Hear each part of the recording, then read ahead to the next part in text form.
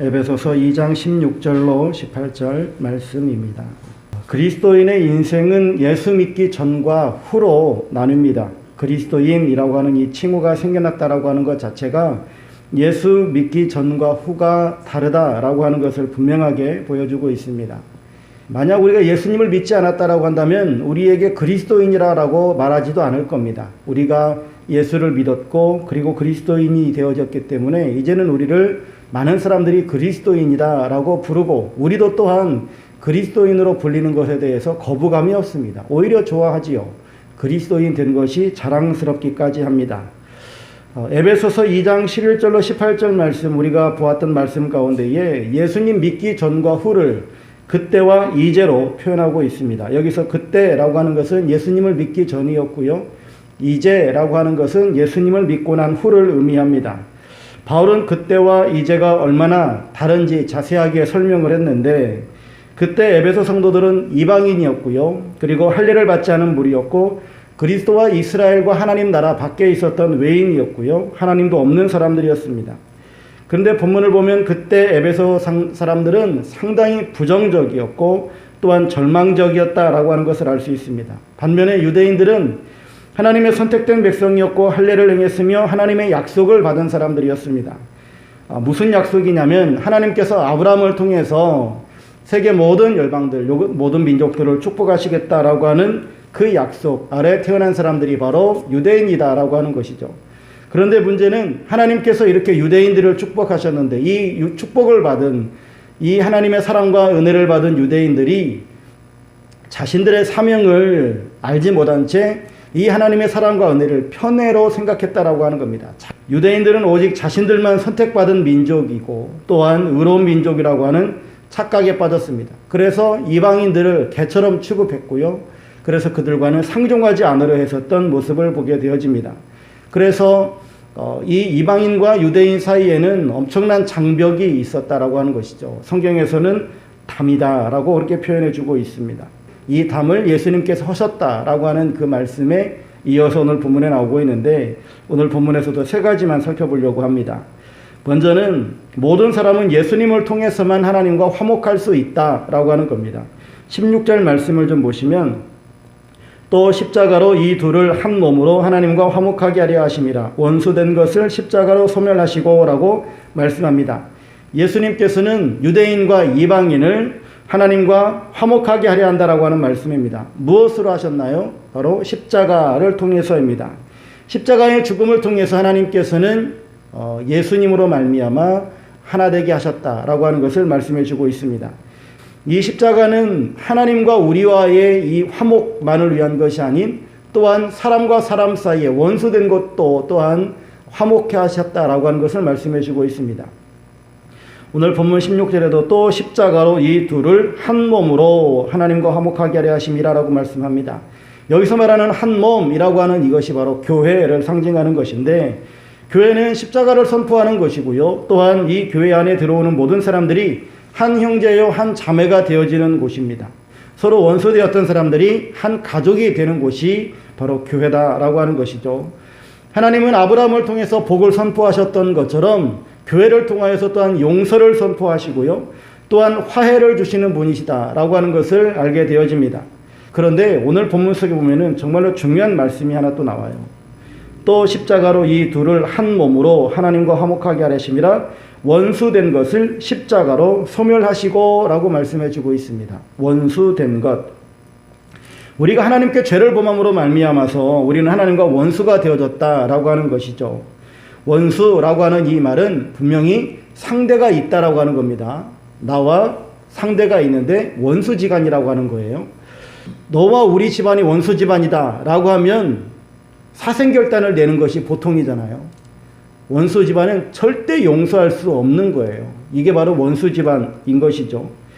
그런데 한번 생각해 보세요. 내가 하나님 앞에 죄를 범했습니다. 그리고 이제 내가 죄인이 되어졌습니다. 내가 죄인이 되어졌을 때에 우리의 생각은 어떠하냐면, 내가 하나님 앞에 잘못을 범했구나. 내가 하나님 앞에 용서를 구해야 되겠구나. 주님 잘못했습니다. 주님 용서해 주세요. 우리는 이 정도 수준인 거예요. 하나님 앞에 죄를 범했을 때 내가 하나님과 원수되었다라고 생각하지 않고 잘못했다라고 생각하는 거죠. 그리고 용서를 구하면 금방 용서받을 것으로 생각한다라고 하는 거예요. 근데 하나님은 죄인인 그 사람을 원수로 취급하신다라고 하는 겁니다. 즉 하나님의 관점과 나와의 관점이 너무나 다른 거예요. 즉 이 말인즉슨 죄를 대하는 우리의 시각이, 우리의 눈이 너무나 잘못됐다라고 하는 것이죠. 하나님은 죄를 원수로 취급하는데 우리는 죄를 그저 잘못 정도로 취급하고 있다라고 하는 거예요. 그래서 우리가 죄를 범하는 것에 대해서 크게 경각심을 갖지 않는 이유이기도 합니다. 여러분, 우리가 죄인이 되어지고, 즉 죄를 범함으로 말미암아 죄인이 되어졌을 때 하나님은 우리를 원수로 생각하신다라고 하는 것을 꼭 기억하십시오. 이 죄가 얼마만큼 무서운 것인가를 꼭 기억하시기를 바랍니다. 여러분, 가끔 드라마에서 보면 원수 집안의 남녀가 사귀는 경우가 생기죠. 드라마를 보면. 그러니까 드라마겠죠. 그런데 이 두 남녀가 사귀게 되어지고 그래서 상견례를 하다가 보니 서로 원수 집안인 것이 알게 되어졌어요. 그럴 때 그 부모들이 뭐라고 대답하냐면은 내 눈에 흙이 들어가기 전에는 절대 안 돼. 이게 보통 일반적인 드라마의 전개예요. 예, 원수 집안인 경우에는 내 눈에 흙이 들어가기 전에 절대 안 돼. 이 말인즉슨 죽었다 깨나도 안 돼. 이 말인 거예요.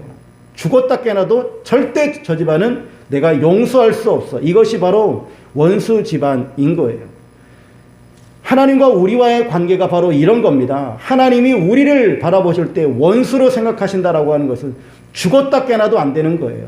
이것이 바로 하나님과 우리 사이의 관계인데 죽었다 깨나도 안 되는 그것을 예수님께서 죽으심으로 또 다시 부활하심으로 말미암아 우리를 화해케 하셨다라고 하는 거예요. 즉 하나님께서 우리를 원수로 생각하셨던 그것을 다 풀으셨다라고 하는 겁니다. 다 용서하셨다라고 하는 거예요. 이것이 얼마만큼 큰 하나님의 사랑인가라고 하는 것을 우리가 꼭 기억해야 됩니다. 하나님께서 예수님으로 말미암아 우리를 얼마만큼 많이 사랑하셨는가, 얼마만큼 큰 사랑을 베푸셨는가라고 하는 것을 우리는 꼭 기억하셔야 됩니다. 그래서 예수님 없이 하나님과 화목할 수 있는 길은 절대로 없습니다. 예수님이 아니고서는 하나님과 화목할 수 있는 길이 절대로 없다라고 하는 이 사실을 우리는 꼭 기억해야 됩니다. 두 번째로 예수님이 또 무슨 일을 하셨는가? 평안을 전하셨습니다. 17절에 보시면 또 오셔서 먼데 있는 너희에게 평안을 전하시고 가까운 데 있는 자들에게 평안을 전하셨으니 라고 말씀합니다. 여기서 먼데 있는 사람이라고 하는 것은 바로 이방인들을 말하는 겁니다. 가까운 데 있는 사람은 유대인들을 말하고 있죠. 다시 말하면 믿는 사람이나 믿지 않는 사람이나 모든 사람들이 평안을 원하고 있다라고 하는 겁니다. 여러분들은 평안하십니까? 우리는 원래 하나님과 동행하는 사람들이었습니다. 그리고 요동치 않는 삶을 살아가는 사람들이었고 평안을 누리던 사람들이었어요. 그런 인생으로 창조된 사람이라는 거죠. 그런데 우리에게 죄가 들어옴으로 말미암아 우리에게 이제 불행이 없어야 되고 갈등이 없어야 되고 고통이 없어야 되는데 이 모든 것들이 한꺼번에 다 찾아오게 되어졌습니다. 죄를 범함으로 말미암아 하나님과 원수가 된 이후에는 우리에게 고통이 오고 그리고 질병이 오고 평강이 상실되어지고 죽음이라고 하는 이 두려움이 우리를 엄습해 오기 시작했다라고 하는 것이죠. 이것이 바로 세상을 살아가는 우리의 모습입니다. 그런데 이때 예수님께서 우리에게 오셔서 우리를 초청하십니다. 마태복음 11장 28절 말씀에 수고하고 무거운 짐진 자들아 다 내게로 오라 라고 주님이 말씀하십니다. 내가 너희를 쉬게 하리라 라고 말씀해 주고 있습니다. 우리 인생의 수많은 무거운 짐, 수많은 무거운 것들을 지고 가는 우리들에게 주님께서는 그 모든 짐들을 다 담당해 주시겠다라고 말씀해 주고 있습니다. 여러분 정말로 참된 평화, 참된 안식, 평안을 원하신다면 우리는 주님께로 나아가야 될 줄로 믿습니다. 교회로 나오는 것이 아니라 주님께로 나가야 돼요. 정말 우리가 교회만 왔다 갔다 하는 사람이 아니라 정말로 예수님을 만나기 위해서 예수님과 함께 살기 위해서 믿음을 가지고 신앙생활에 나가는 여러분들 되시길 주 이름으로 축복합니다. 그런 예수님을 믿는 사람들의 이 공동체인 교회 공동체가 그래서 평안의 공동체가 되어져야 되는 거예요. 그래서 이 공동체가 가족과 같은 공동체가 되어져야 되는 거예요. 소위 사람들이 개척교회는 가족과 같다, 큰 교회 되어지니까 사랑이 없어지는 것 같다 그렇게 말하는데 그거 다 거짓말이에요. 속고 있는 거예요. 큰 교회면은 큰 교회만큼 더 큰 사랑, 더 많은 사랑들이 각양각색의 더 많은 사랑들이 있어야 돼요. 개척교회면 개척교회 나름대로, 큰 교회면 큰 교회 나름대로 정말로 주의 사랑이 풍성하고 하나님께서 우리들에게 베풀어 주신 그런 사랑들의 나눔들이 더 간증들이 더 많아져야 된다라고 하는 것이죠. 예수님께로 나올 때 예수님 우리를 반겨주시고 우리를 환영해 주시고 우리를 새롭게 하시고 우리에게 안식을 주시는 줄로 믿으시기를 바랍니다. 하나님과 원수되었던 우리들이 하나님 앞에 나옴으로 말미암아 예수 그리스도를 통하여 우리들에게 주시는 이 평강을 누릴 수 있는 우리 모든 성도님들 되시기를 주의 이름으로 축원합니다. 세 번째로는 예수님으로 말미암아 성령 안에서 아버지께 나아감을 얻게 하십니다. 18절 말씀이죠. 이는 그로 말미암아 우리 둘이 한 성령 안에서 아버지께 나아감을 얻게 하려 하심이라 라고 말씀합니다. 특이한 점은요, 16절에서는 십자가로 하나님과 화목하게 하려 하신다라고 말씀하셨는데 18절에서는 하나님이라고 하는 단어를 사용하지 않고 아버지라고 하는 단어를 사용하고 있다라고 하는 사실입니다.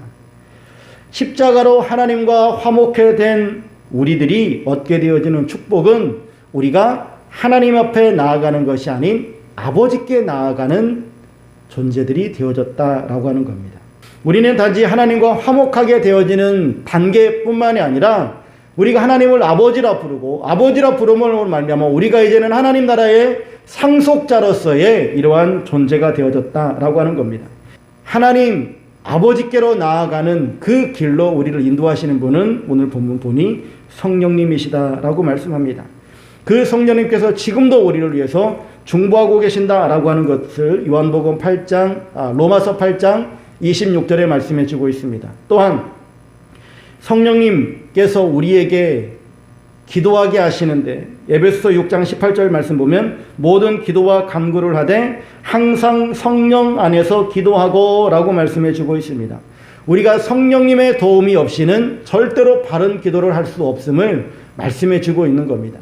또한 히브리서에서는 더 자세하게 말씀해 주는데 그러므로 우리는 긍휼하심을 받고 때를 따라 돕는 은혜를 얻기 위하여 은혜의 보좌 앞에 담대히 나아갈 것이니라 라고 말씀해 주고 있습니다.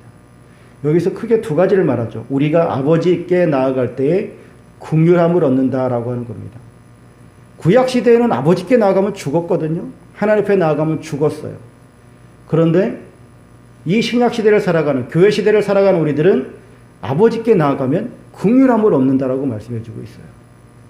또한 우리가 아버지께 나아갈 때 때를 따라 돕는 은혜를 얻는다라고 말씀해 주고 있어요.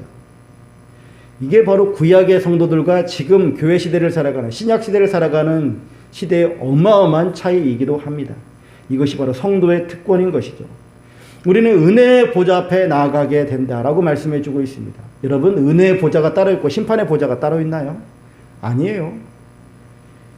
은혜를 받는 사람들에게는 은혜의 보좌이고요. 심판을 받는 사람에게는 그 자리가 심판의 보좌인 거예요. 우리가 하나님 앞에 은혜를 입은 자로서 우리는 하나님의 그 은혜의 보좌 앞에 나아가는 이런 특권을 받은 존재임을 믿으시기를 바랍니다. 우리는 이제 하나님을 아버지라 부르는 이러한 신분으로 탈바꿈 되어졌습니다. 성령님께서 우리를 그렇게 인도해 가신다라고 말씀해 주고 있습니다. 오늘 그리스도인이 된 우리들에게 하나님께서는 예수님을 통해서 하나님과 화목될 수 있음을, 하나님과만 화목되는 것이 아닌 사람과 사람들이 또한 화목할 수 있음을 말씀해 주고 있습니다. 또한 예수님께서 이 땅에 오셔서 우리들에게 평안을 전하시는 것을 보게 되어집니다. 그런데 예수님께서 이제는 성령님으로 말미암아 우리들을 하나님을 아버지라 부르게 하시고 아버지 앞에 나아갈 수 있도록 인도하신다라고 말씀해 주고 있습니다. 이러한 특권을 받은 우리들이 이제는 정말로 하나님 안에서 아름다운 신앙의 공동체, 즉 이방인과 유대인들이 하나가 되어져서 아름다운 교회를 세워나가고 아름다운 신앙의 공동체를 세워가야 할 것을 말씀해 주는 것이 이제 다음에 이제 말씀에 나오는데, 정말로 우리가 이 에베소서를 말씀을 읽어가면서 그리고 말씀을 나누면서 정말로 아름다운 신앙의 공동체, 정말 주님께서 기뻐하시는, 정말 주님께서 원하시는 이런 아름다운 교회 공동체를 세워가실 수 있기를 주의 이름으로 축원합니다.